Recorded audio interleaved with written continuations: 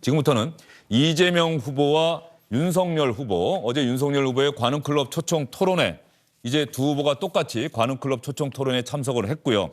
예전에 관훈클럽 초청 토론은 오전 10시에 시작을 해서 11시 반이나 12시쯤 끝나고 후보와 관훈클럽 회원들이 식사를 같이 하고 식사가 끝나면 돌아가는 그런 형태로 진행이 됐는데, 이번에는 이재명 후보나 윤석열 후보 모두 예정됐던 시간을 훌쩍 넘겨서 2시간 20분 정도 진행을 했습니다. 일단 이 관훈클럽 초청 토론에서 두 후보가 어떤 이야기를 했는지 저희가 구성한 영상 보시면 이해가 되실 겁니다.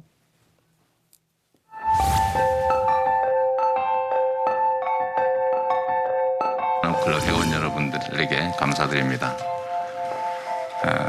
우리 여기는 이 회장이 아니라 총무를 대표로 맞습니다. 하신다고. 안녕하십니까. 관훈클럽 이기홍 총무님과 회원님들, 언론인 여러분 반갑습니다.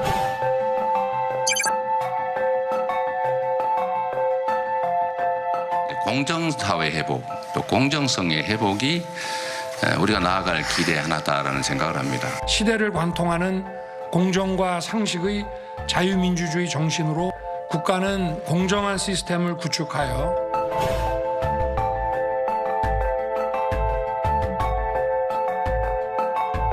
또는 대장동 개발 관련된 이 검찰의 수사에 대해서 미진한 점이 있거나 또는 의문이 남는다면 저는 그게 특검 형식이든 어떤 형태로든 더 완벽한 철저한 진상규명과 본인이 일탈을 했는지 안 했는지 제가 알 수도 없고, 저는 손 검사에게 이러한 지시를 할 이유도 없고 한 사실이 없습니다. 좀 전에 두 분에게 공정이라고 하는 문제에 대해서 어떻게 생각하느냐, 김건희 씨 관련 의혹이 제기가 됐는데 그 질문을 드렸는데, 정화석 의원, 실제로 관훈클럽 초청 토론회 모두 발언이나 답변 통해서 두 후보가 똑같이 공정을 얘기하네요. 이미 시대적인 지금 화두가 공정이라고 두 후보 모두 생각하기 때문일 것 같고요. 네. 그러니까 지금 대선에서 과연 무엇이 지금 대선의 표심을 좌우하는가, 이 부분이 이제 나오는 게 갈수록 심화되는 사회경제적 양극화라든지, 그다음에 이 조국 사태로부터 이제 불거진 그런 내로남불 논란이라든지, 그다음에 정부의 어떤 무능, 뭐 이런 부분들에 대한 그 어떤 국민적인 회의 내지는 좀 바뀌어야 되겠다라는 그런 여론들이 지금 정권 교체 여론으로 나타나고 있는 거 아니겠습니까? 그리고 그 부분에 있어서의 화두는 결국은 공정, 정의, 상식, 유능, 뭐 이런 부분들로 이제 압축이 될 수 있을 것 같은데요. 그 부분에서 결국은 이재명 후보나 윤석열 후보나 결국 거기에 맞는 시대 정신에 부합한 후보가 나다. 이 부분이 아마 가장 그 토론 모두에 나올 수밖에 없는 얘기가 아니었겠나, 그렇게 싶습니다. 예, 관훈클럽 초청 토론에서도 똑같이 공정이라고 하는 가치를 두 후보가 내세웠다는 점 여러분께 말씀을 드리겠습니다. 자, 그러면 지금 윤석열 후보의 부인 김건희 씨 관련 의혹을 저희가 자세히 말씀드리지 않았습니까? 가족 문제에 대해서 두 후보가 상당히 많은 질문을 받았습니다. 관훈클럽 초청 토론에서 이재명 후보는 본인이 표현한 대로 뭐 불행한 가족사라고 하는 그런 부분에 대해서 이야기를 했고요. 이재명 후보가 관훈클럽 초청 토론에서 형님과의 관계, 형님에 대해서 그 욕설을 한 것과 관련해서 관훈클럽 초청 토론에서도 이야기를 했었고요. 윤석열 후보는 어제 관훈클럽 초청 토론에서 부인과 관련한 의혹에 대해서 전체적으로는 허위가 아니다라고 이야기를 한 부분입니다. 이재명 후보가 관훈클럽 초청 토론회에서 형님과 관련한, 가족사와 관련한, 배우자 문제가 아니고요, 형님 문제와 관련해서 했던 이야기를 여러분께 먼저 보여드리고, 그다음에 윤석열 후보가 부인에 대해서 제기된 의혹에 대해서 한 이야기를 여러분께 말씀을 드리도록 하겠습니다. 자, 다시 한번 말씀을 드리면 이재명 후보가 SBS 8시 뉴스가 아니라 관훈클럽 초청 토론회에서 형님과 관련한 문제에 대해서 한 이야기, 그리고 형님과 관련한 이야기를 했고요. 윤석열 후보는 어제 관훈클럽 초청 토론회에서 부인과 관련한 의혹에 대해서 전체적으로 보면 허위가 아닙니다라고 얘기한 부분이 있는데 말이죠. 지금 저희가 이 영상을 지금 찾지 못하고 있는 것 같은데 찾는 대로 여러분께 말씀을 드리도록 하겠습니다. 이재명 후보가 형님과 관련한 얘기를 했었는데 이때도 사실 관훈클럽 초청 토론이 상당히 진솔하게 얘기할 수 있는 그런 기회가 됐나요? 그때 상당히 길게 얘기했던 기억이 나요. 예, 맞습니다. 예. 정해진 시간보다는 예. 훨씬 넘어서 그때 당시 총무께서 그 관훈토론 총무가 관훈토론 만들어진 이후로 이렇게까지 길게 그 12시 전에 끝나기로 훨씬 전이었는데요. 12시 반까지 그러니까 한 2시간 반 정도로 제가 현장에 있었는데 기억을 합니다. 그래서 여러 가지 제기된 뭐 의혹뿐만 아니고 그 본인이 갖고 있는 어떤 새로운 대한민국을 만들겠다는 정책 비전이랄지 정치 철학 이런 것도 충분히 설명이 됐고요. 좀 전에 앵커가 말씀하신 부분에 대해서 이제 그 질문을 받고 이재명 후보는 충분히 왜 그렇게 듣기에 따라서는 논의할 수 있는 그런 그 부분이 있을 수밖에 없었는가에 대해서 충분한 설명을 했습니다. 그러니까 당시 형님께서 그 시정에 좀 개입을 하려고 했었고 그거를 이재명 당시 성남시장이죠. 성남시장이 철저하게 막으면서 그거가 잘 통하지 않으니까 이제 어머니에게까지 가서 그 형님이 그 이제 패륜적 행동을 하고 그 과정에서 녹음된 그 전화 녹취 파일이 돌아다니는 거기도 또 사과를 했습니다. 어찌됐든 간에 본인의 불찰이고 잘못된 부분은 잘못됐다 이렇게 사과를 하면서 설명을 한 부분들이 있습니다. 예. 그리고 어제 윤석열 후보는 이렇게 자신의 신상과 관련된 이야기를 자세히 할 기회를 주셔서 감사합니다. 또 이렇게 감사의 뜻도 표했어요. 그렇죠. 가족과 관련된 얘기 같은 경우에는 각 후보들이 진솔하게 자신들의 얘기를 할 수밖에 없다라는 생각이 드는데 저는 이재명 후보가 형님과의 욕설 문제, 형수와의 욕설 문제 관련해서 좀 연기하는 것이 아닌가라는 좀 비판을 하고 싶어요. 왜냐하면 관훈클럽 토론회에서든지 아니면 다른 자리에서 지금 후회되는 게 뭡니까? 라고 물어보면 저는 형님과 화해하지 못한 부분이 가장 지금 안타깝고 아쉽고 후회스럽다 이렇게 말씀하셨거든요. 그러면은요, 그 말이 진정성이 있으려면 지금 생존해 계시는 형수와 그리고 조카랑 화해하면 되잖아요. 왜 그러한 행동들은 안 하시면서 고인이 되신 형님에게 모든 책임을 떠미는 듯한 그런 행동을 보이시냐고요. 이것은 이재명 후보의 저러한 후회스러운 발언이 진정성이 없다라는 비판으로부터 자유로울 수가 없다라는 생각이 듭니다. 자, 그러면 조금 전에 여러분께 말씀드린 대로 이재명 후보와 윤석열 후보가 자신의 가족과 관련한 문제에 대해서 관훈클럽 초청 토론에서 했던 이야기 들려드리겠습니다. 가족하고 다툰 내용이 녹음이 돼서 온 사방에 그게 지금도 살아서 돌아다니고 있습니다. 많은 상처가 되고 또 제가 인격 수양이 좀 부족해서 그런 어떤 경우하든 간에 그런 욕설 녹음이 만들어지게 된 점에 대해서 또 한 번 또 사과드립니다. 제 부족함의 소산이죠. 그러나 또 한편으로 좀 고려해 주십사 하는 것은 왜 그런 일이 벌어졌는가라는 거죠.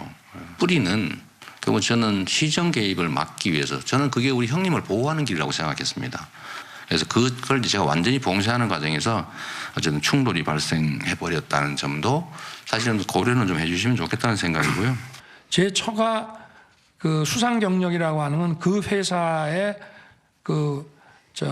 운영 과정과 그 작품의 출품에 깊이 관여를 했습니다. 부사장으로서.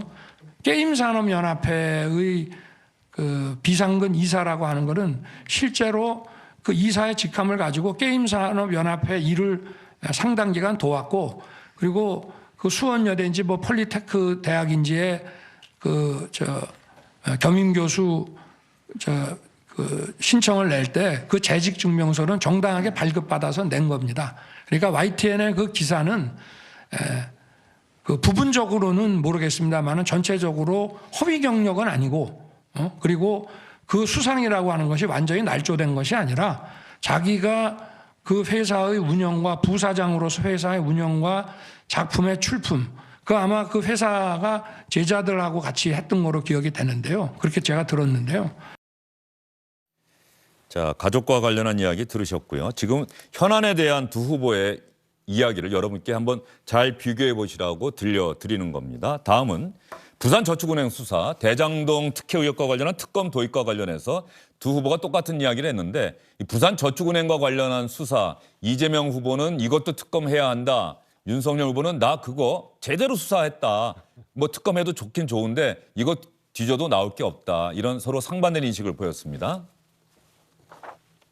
화천대유 또는 대장동 개발 관련된 이 검찰의 수사에 대해서 특검을 하자 이런 요구가 있고 또 많은 분들이 거기에 동의한다는 것을 잘 알고 있습니다. 특검 형식이든 어떤 형태로든 더 완벽한 철저한 진상규명과 그의 엄정한 책임 추궁이 반드시 필요하고 그 점에 대해서 전적으로 공감한다는 말씀을 드립니다. 그런데 윤석열 후보께서 이 사건 주임 검사일 때 이 대장동의 초기 자금 조달과 관련된 부정비리 문제를 알고도 덮었다는 문제 제기가 있습니다. 부족하다면 이 부분 역시 특검의 대상으로 삼아야 한다라는 점 말씀드립니다. 부실이라고 운운하는 것은 좀 어불성설이 아닌가.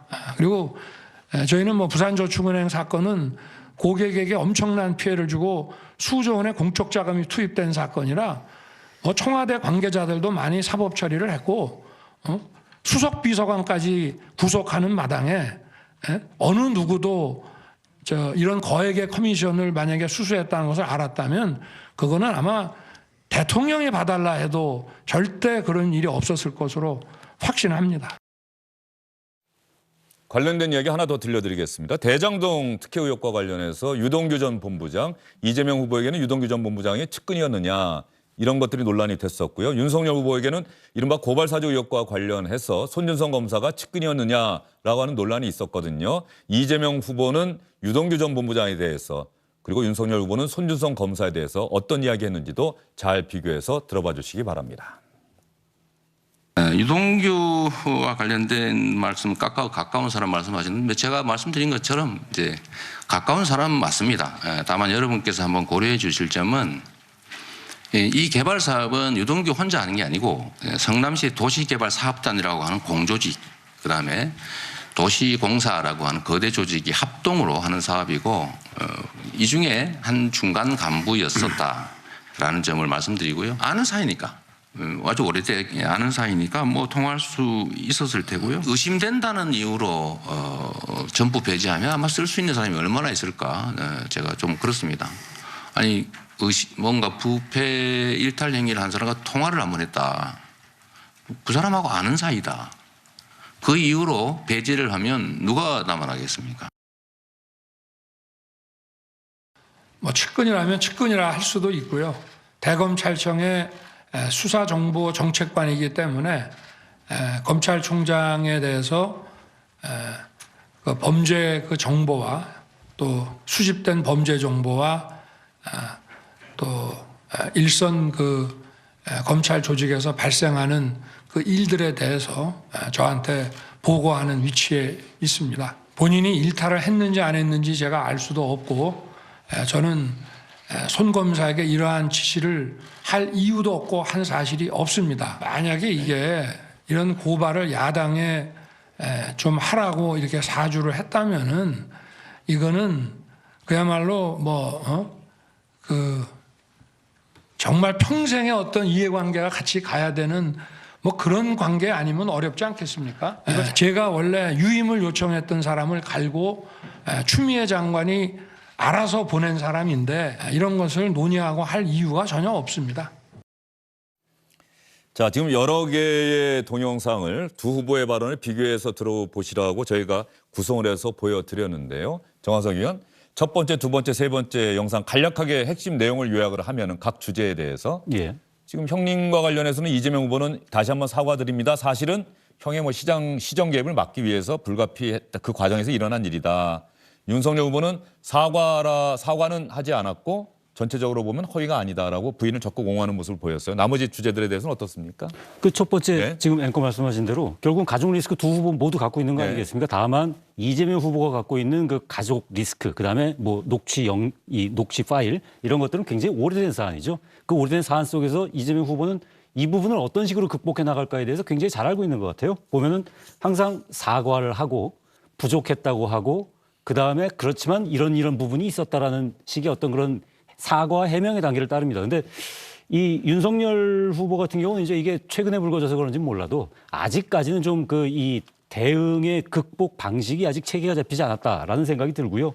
그다음 대장동 그 특검, 부산저축은행 이 부분은 여야 원내대표가 공개 그냥 토론 협상을 했으면 좋겠어요. 그래서 누가 진짜 저희가 피하는 한번 건지 해볼까요? 예, 앉아가지고 정말 누가 어느 부분에서 피하는 건지 공개적으로 했으면 좋겠습니다. 윤호중 원내대표, 김기현 원내대표 한번 불러서 예. 둘 다 우리는 제안했는데 안 한다. 그런데 전체적으로 지금 사실관계는 민주당이 조금은 소극적 아니냐 이런 기사들이 좀 많이 있어요. 왜냐하면 법사위에서 국민의힘이 먼저 법안을 여러 차례 상정하려고 했는데 민주당에서 이거는 여야 원내대표 협상이 먼저다라고 하면서 안 받았다. 근데 제가 보니까 거기에 이제 부산저축은행이 담겨져 있지 않다고 합니다.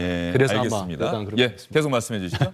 세 번째는 유동규 본부장, 전 본부장, 그다음에 손준성 검사 모두 그 예전하고는 약간의 이제 좀 톤이 달라졌다는 느낌은 아마 시청자 여러분들도 아마 받으셨을 텐데요.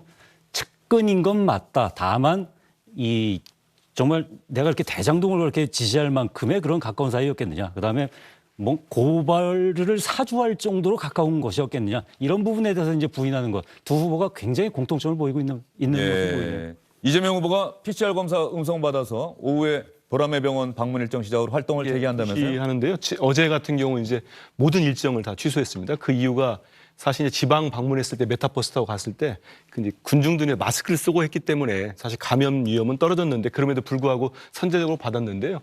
어제 세 군데에 줄을 섰습니다. 본인이 이제 일반인과 똑같이 줄을 서서 받겠다 해서 이재명 후보를 알아본 사람들이 있습니까? 없습니까? 그 세 번을 서는데 두 번은 너무 줄이 길어서 기다리시다가 세 번째에 가서 겨우 오후에 가서 이제 검사를 받았고요. 그러다 보니까 결과가 이제 오늘 오전에 나왔고 나오면서 이제 후보께서도 어제 그 상황을 보니까 국민들이 모두 줄 서서 그 지쳐서 받고 있는 것도 보고 하면서 긴급 성명이 나오는 코로나 대응에 대한 좀 영향을 미치지 않았나 싶습니다. 사회적 거리두기 가자. 예, 대신 그거 소상공인 손보상 손실보상 철저하게 해주자. 예, 맞습니다. 그리고 이제 백신 국가 책임제도 시행하겠다.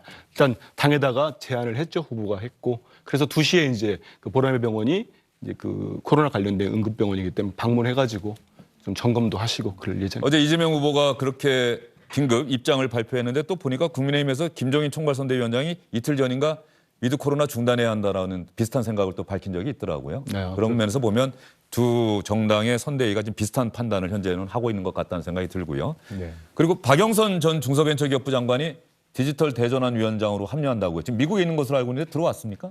아직 입국은 하지 않았고요. 오늘 오전에 발표가 됐습니다. 예. 들어오면 또 열흘 자가격리해야 되니까 합류 시점 좀 늦어지겠네요. 뭐 PCR 검사 받고 예. 그 격리 기준을 따른다면 그럴 수 있겠죠. 근데 발표가 됐고 미국에 있으면서도 박 전 장관께서 계속 그 관련된 그 벤처 기업들이랄까요? SNS 올린 거 저도 꾸준히 보셨죠. 봤습니다. 예. 그 활동들을 꾸준히 해왔고 그다음에 이재명 후보의 공약 1호가 디지털 대전환 공약 혁신 성장이었습니다. 디지털 대전환이 1호입니까? 에너지 고속도로가 1호입니까? 일단 발표된 1호 공약은 디지털 대전환이 디지털 맞습니다. 대전환. 예. 그 위원회를 맡아서 이제 박영선 전 장관이 활동하시게 되는 걸로 알고 있습니다. 예. 조금 전에 들어온 뉴스 보니까 장성철 교수님, 홍준표 의원이 대구 선대위 고문을 맡기로 했다. 네. 그래서 왜 맡느냐? 이것마저 안 하면 당관자라고 비판할 테니까 이거는 내가 맡는데 상황은 바뀐 거 없다. 똑같이 백의종군이다. 또 이렇게 이야기를 했네요. 그러니까 윤석열 후보가 마음에 안 든 거죠. 그냥 직설적으로 말씀을 드리면 본인께서는 아직도 본인이 대통령 후보가 되지 못한 것에 대한 응어리가 풀어지지 않았다라고도 보여지고요. 처음에 딱 규정을 해놓지 않았습니까? 이번엔 비리 후보들의 대선이다라고 했기 때문에 거기에 자기가 끼고 싶은 생각이 없다라고 얘기를 했습니다. 이런 부분 보면 만약에 정말 윤석열 후보가 지지율이 급락을 해서 정말 어려워져야 홍준표 전 대표나 유승민 전 대표가 등판을 해서 도움을 줄 수 있지 않을까라는 생각이 듭니다. 지금처럼 정권 교체 여론이 50%가 넘은 상황이라면요. 윤석열 후보 측에서도 뭐 홍준표 후보 그다음에 유승민 후보 우리 안 도와줘도 우리가 뭐 이길 수 있을 것 같아. 이런 좀 안이한 생각을 하는 것 같은데 좀 절실함이 있어야 선거를 이길 수 있다라고 다시 한번 말씀드립니다. 예. 자, 그러면 지금까지는 현안에 대한 두 후보의 시각과 판단 차이를 여러분께 보여드렸다면 이제 정책에 대한 두 후보의 생각을 여러분께 들려드리겠습니다. 먼저 부동산 정책과 관련한 두 후보의 이야기를 들려드리겠습니다. 그리고 저는 우리 민주당 3기 민주당 정부가 100% 잘했다라고 생각하지 않습니다. 특히 부동산 문제나 또 사회경제 개혁과 관련해서는 그리고 문재인 정부 또 민주당 정권에 또 실제 참여한 일원으로서 그 점에 대해서는 다시 한번 또 사과드립니다. 그리고 더 나은 상황을 만들어내겠다는 다짐으로 이 사과를 좀 승화시키고 싶다는 말씀드리고요. 부동산 불로소득 국민 환수 제도를 확고하게 하는 겁니다. 이거를 근본적으로 해결하지 않으면 우리 사회에 이 불평등 문제, 그다음에 좌절의 문제를 도저히 해결할 수 없기 때문입니다. 실제로 종부세 대상이 된 분들 중에 실제 순자산은 얼마 안 되는 분들도 많이 있습니다. 그래서 종부세라는 게 소유자 2%에 대한 것이라고 하지만 거기 거주자까지 따지면 10%가 넘고요. 이것이 전가되는 것을 고려를 했을 때에는 더 여파가 크기 때문에 제가 자산과 소득이 높은 분들에 대해서 과세를 덜 하자는 얘기가 아니고 좀 이런 것들을 이 어떤 과세가 미치는 그 경제적 그 효과를 좀 디테일하게 좀 과학적으로 좀 분석을 해보고 종부세를 또 부과를 해야 되는데 이 부동산 정책은 대단히 많은 분들이 관심을 갖고 있는 부분인데 현 정부의 부동산 정책에 대해서 사과의 이야기를 이재명 후보가 했어요. 네, 맞습니다. 그러면서 최근에 나왔던 게 다주택자에 대한 양도세 부과를 유예하자. 예. 그랬더니 당내에서 윤우덕 의원인가요? 가장 앞장섰다고 하는데 그거를 또 이재명 후보가 이야기하니까는 이걸 또 앞장서서 유예하자 이렇게 이야기를 했는데 윤호중 원내대표는 이거는 후보의 현재 생각일 뿐이다. 아직 또 정부에서도 난색을 표하고 이거 결국 가닥이 잡힙니까? 어떻습니까? 이 문제는 좀 이렇게 봤으면 좋겠습니다. 그 다주택자 양도세 중과가 처음 정책이 시행되고 1년이 유예됐지 않습니까? 그 과정에서 이 정책이 시행된 거는 입법화되고 한 거는 부동산 시장이 너무 과열돼 있고 집값이 상승하니까 안정화시키고 다주택자들이 물량을 내놓을 수 있도록 그런 압박을 가한 거 아니겠습니까? 세제로. 그랬는데 유예되는 기간에서도 중과가 아주 강하게 되다 보니까 차라리 증여를 하겠다. 그래서 증여율이 상당히 높아졌어요. 그래서 이재명 후보는 이게 정부 내에 조율된 건 아니고요. 본인도 스스로 말씀하셨습니다. 지방하면서 이건 내 아이디어고 내가 지금 당에 제안하는 거다. 그래서 1년 중에서 6개월 정도의 집을 다주택자가 팔면은 아예 면제를 해주고 또 9개월은 반인가요? 하고 12개월까지도 안 하면 12개월 내에 하면 4분의 1. 그 다음부터는 중과로 간다 이런 걸 제안을 했기 때문에 물론 말씀하신 대로 당내에서 반대하시는 분도 있는 것 같습니다. 아니 민주주의 국가에서 당내에서 결정되기 전까지는 많은 의견들이 나올 수밖에 없는 거죠. 후보도 그걸 알고 계시고 지금 우리 이제 선대위 정책본부장인 윤호덕 의원은 이제 당과 협의를 하겠다는 거였고요. 이건 입법화되려면은 다양한 의견을 듣고 특히 이제 정부하고 또 협의를 거치게 될 것입니다. 그런 과정들에서 이재명 후보가 안을 제시한 거니까요. 그렇게 보면 좋을 것 그만큼 같습니다. 부동산 정책 또 부동산 세제 문제와 관련해서는 사실은 여러 가지 현안을 둘러싼 여야 간의 공방도 대선에 영향을 미치겠습니다만 부동산 정책, 부동산 세제 문제가 아마 또 상당한 영향을 미칠 것이다라는 생각에서 이재명 후보 측에서도 기민하게 대응하고 있는 것 같고 문재인 정부와 완전히 결을 달리하는 지금 구상을 내놓은 것 아니겠습니까? 어떻습니까? 부동산 정책과 부동산 세제 문제. 근데 기본 좀 비판을 하고 싶은 게 이재명 후보가 부동산 불로소득 환수 제도를 하겠다고 하는데 이럴 경우가 있잖아요. 제가 정말 모든 돈을 다 털고 대출을 해가지고 집을 샀는데 문재인 정권의 잘못된 부동산 정책 때문에 집값이 폭등을 했어요. 그러면 그것이 불로소득이냐? 그럼 그것을 어떻게 환수할 것이냐? 이런 문제도 있는 것이고 기본적으로 이재명 후보도 집이 있고 토지가 있습니다. 그것들이 가격이 많이 올랐잖아요. 그럼 그것도 불로소득으로 보고 환수 대상에 넣을 건지 안 넣을 건지 이런 것조차 먼저 정립을 해 나가야 된다라는 생각이 들고 윤석열 후보 같은 경우에는 종부세, 1가구 1주택 종부세 폐지 문제를 얘기를 꺼내셨는데 저것은 자칫 잘못하면 셀프 세금 감면하는 것이 아니냐라는 비판받을 수 있습니다. 윤석열 후보 집도 지금 종부세 대상이잖아요. 내가 세금 안 내기 위해서 내가 세금 개편하는 거야 라는 식의 비판을 받을 수가 있으니 그렇습니까? 저런 어제 질문 받았더니 자기는 잘 모른다고 내 집이 아니어서 그렇게 얘기하더라고요. 그건 무책임한 행위죠. 어떻게 그렇게 얘기를 합니까? 그러니까 저런 것들은 본인이 얘기하는 것보다는 당 정책에 의해서 얘기를 하고 본인은 좀 약간 뒤로 빠지는 본인에게 해당되는 부분은 뒤로 빠지는 게 좋지 않나라는 생각이 듭니다. 알겠습니다. 자 그러면 잠시 시간된 부분 아까 장 교수 말한 불로소득 국민환수 부분은요.